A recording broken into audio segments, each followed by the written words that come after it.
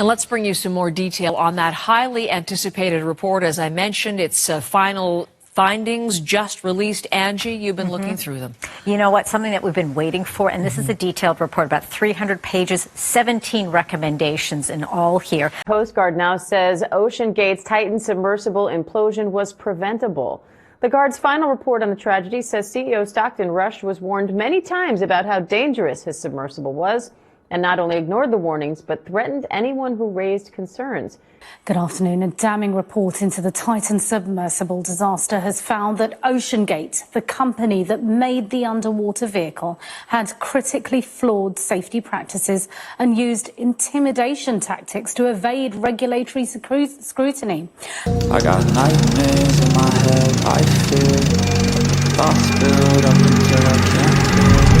My mind fills up into a creature, and it haunts me somewhere much deeper. I got nightmares in my head, I fear. Hello and welcome to True Crime Rocket Science, the most authentic and independent voice in true crime. Before we deal with the 11 conclusions and observations from the USCG final report, it's worth noting that an investigation into the Air India crash is also pending a final report. Now, you will notice how many concerns that were raised by this channel regarding the Titan submersible months and even years ago are reiterated in the comprehensive 300-page plus report, which you can download at a link in the description. In terms of its conclusions for why the implosion occurred in the first place, it's interesting that the report offers two scenarios instead of one. Was it the carbon fiber or the adhesive joint between the forward dome and the titanium segment? Well, the report seems reluctant to commit to one instead of the other, and so instead it suggests it could be either or, kind of quite unbelievable. This suggests that there remain limits to our scientific understanding of pressure materials, particularly carbon fiber, under compressive and fluctuating pressure. It also shows that waiting for and depending on a final report as though it's going to be the full and final word on a particular incident is folly, especially when the final report fails to fully answer certain critical questions. Worth pointing out, the report also makes special mention that the decision to store the Titan outside during the Canadian winter, something we highlighted, was another serious factor undermining the safety of the carbon fiber hull. The report also pointed out the dodgy decision, something else we highlighted on this channel, to tow the sub behind the Polar Prince. And all of this, of course, aggravated a host of additional safety issues that were already in play. At one point, I also highlighted the absence of the tail cone in one of my videos covering this whole case, and I wondered at the time whether this was intentional or another serious issue. And now, certainly based on the report, it appears it was yet another sign of another serious incident. On a personal note, I also found it interesting that the toilet inside the Titan was revealed for the first time. We knew about it, but this is the first time we've seen it, and here it is. Its other conclusions are more straightforward, and so let's examine 11 conclusions and observations from the US Coast Guard's final report. Before we get to that, if you haven't subscribed to the channel, please do. Meanwhile, if you found my analysis, and this is the 100th video in the Titan Submersible playlist, worthwhile, informative, valuable, please do hit the thanks button and let's get started. Yeah, this is a long report and it's not afraid to point the finger at all, and most of that is on the design and construction of the Titan. This was a preventable tragedy, so this shouldn't have happened, and the Marine Board of Investigation said that Mr. Stockton Rush, who was the CEO of OceanGate and the pilot on the Titan submersible, he died. They said that he exhibited negligence. Right, so number one, fundamental engineering principles not adhered to. Stockton Rush was an aeronautical engineer who thought the engineering of aircraft was the same as for pressure vessels. Well, he was spectacularly wrong. And so point 6.1.1.1 deals with Titan not adequately addressing many of the fundamental engineering principles that would be crucial for ensuring safety and reliability. Included on page 254 of the report is an image from the dive prior to the dive that resulted in Titan's implosion. Number 2, hull fatigue not part of the overall calculus.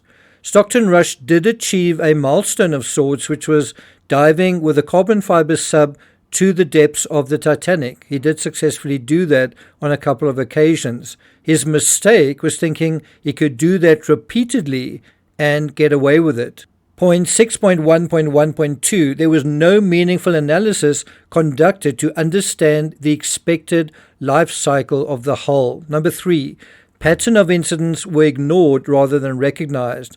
And this is precisely what made Titan not an accident, but an accident waiting to happen.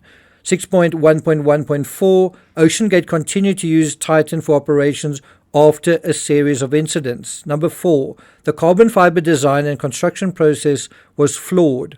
Well, I'm not sure if it wasn't flawed, whether the results wouldn't have been the same. Certainly, flaws would have accelerated the inevitable. And that's 6.1.1.5. Titan's carbon fiber hull design and construction introduced flaws that weakened its original structural integrity. 6.1.1.6, OceanGate failed to conduct a detailed investigation of the potentially damaging forces exerted on the Titan's carbon fiber hull. In other words, it failed to hold itself accountable. Number 5, Rush was responsible for a toxic safety culture. What the company said they did and what they actually did were quite different. The report seems to take the position that since the perpetrator died, it's pointless to lay out what he did wrong, particularly in a criminal sense. 6.1.1.7, OceanGate's toxic safety culture, corporate structure, and operational practices were critically flawed. So in the same way that the hull had critical flaws, well, so did the management to some extent. And at the core of these failures were glaring disparities between their written safety protocols and their actual practices. It's also interesting that the report blanks out certain faces, including Wendy Rush, in their report as if fearing legal liability. Also interesting, point 4.1.53, the master of the Polar Prince said that with the benefit of hindsight, I now believe I felt the Polar Prince shudder at around the time communications were reportedly lost. In other words, at the time of the implosion, but at the time we thought nothing of it. It was slight. Number 6, Rush is accused of misrepresentation. This is point 6.1.1.8. Mr. Rush's intentional and systemic efforts to misrepresent compliance with standards and partnerships relating to safety, engineering, and regulatory oversight provided a false sense of safety for their passengers. And so whose partnerships were these? They were with the University of Washington, Boeing, NASA, etc. This intentional skirting of regulations, often achieved by masking the true intentions and operations of the vessels, was a key element incorporated by OceanGate during their strategic development of the Titan business model. That's from page 319. 6.1.1.9, a false sense of safety and security was created by Mr. Rush through his misrepresentation of Titan's safety achieved by falsely claiming substantial safety margins, misleading mission specialists regarding testing procedures, and exaggerating the number of hull test dives for the final Titan hull. And so all of this is really about manipulating and being manipulative. Number 7, financial pressures added to overall pressures. You can imagine us selling tickets for $250,000 and then failing to deliver on them again and again quickly created a suffocating pressure which tempted those in control to flout the rules and ultimately ordinary common sense. That's 6.1.1.10. OceanGate's management, particularly Mr. Rush, fostered an organizational culture that increased operational risk and allowed financial pressures, operational demands, and mission specialist expectations to override their mission directors' duties and authorities. Number 8, storing the submersible outside was part of an ill-advised cost-cutting effort. That's 6.1.1.11.1.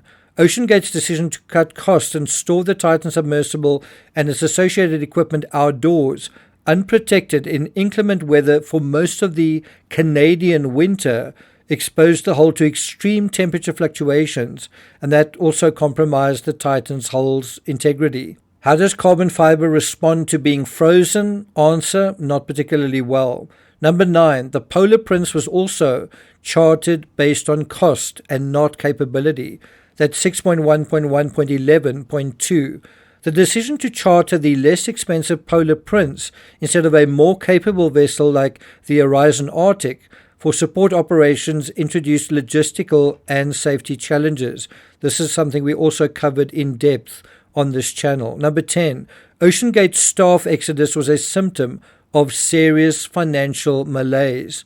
We know that Stockton Rush seemed to prefer to employ a younger workforce over time. Now, this wasn't so much a strategically sound decision as it was another cost-cutting measure. A younger staff cost less and also talked back less. That's 6.1.1.11.3. OceanGate's financial instability impacted its ability to retain a stable and qualified workforce, which had profound negative implications. I think in one of the videos we saw how an accountant was suddenly becoming a pilot. Number 11, OceanGate will not be punished. 6.4, the MBI is not making any referrals for separate civil penalty enforcement investigations against OceanGate because the company has permanently ceased all maritime operations. If OceanGate had continued as a business, well, they would have recommended the following potential violations. So essentially, if Stockton was still alive, he may have been found liable for fraud, and yes, he may even have faced criminal liability. I don't think there's much of a surprise there. Similar, possibly, to what we saw in the Rust incident. Point 6.4.1, fraud and intentional misconduct. Another section deals with the MBI concluded that Mr. Rush, in his dual role as CEO and as the acting master or pilot of the Titan sub, exhibited negligence that contributed to the deaths of 4 individuals. As both a corporate executive responsible for the vessel's operation and its master during the casualty, Mr. Rush may have been subject to criminal liability under the standards set forth in blah, blah, blah. I must say it's a very interesting parallel to the situation we had with Rust, where you had people there who had dual roles. It is important to note that the determination of whether any crime was committed would be made by the Department of Justice following its own investigation and analysis, which will not occur in this instance due to the death of Mr. Rush. So again, it's quite interesting how you wait for the final report only to find out that this isn't really even addressed. I'm a little surprised that no one else is on the cosh, that essentially Rush has been regarded as solely responsible for what happened. The US Coast Guard also made a series of recommendations, including that it involve itself more in submersible activities and that operators should submit not only dive plans but emergency response plans. That is in point 8.1.14. We know that the Titan tragedy cost the US Coast Guard untold millions in wasted efforts when it was clear the crew were lost early on, and the US Coast Guard didn't even have the capability for very deep sea rescues anyway. These expenses, as far as I know, aren't mentioned in the report. Neither, unless I missed it, are recommendations on how to prevent jurisdictional circumventions. It may be that maritime law needs to catch up or be updated to the latest maneuvers in the submersible industry. That said, from what I've heard, the industry has shrunk following the Titan debacle. Well, I'm not going to take it further than that. If you want to read the 300-page report on your own time, I'll put a link to that report in the description. Thank you for listening, and I'll see you guys next time.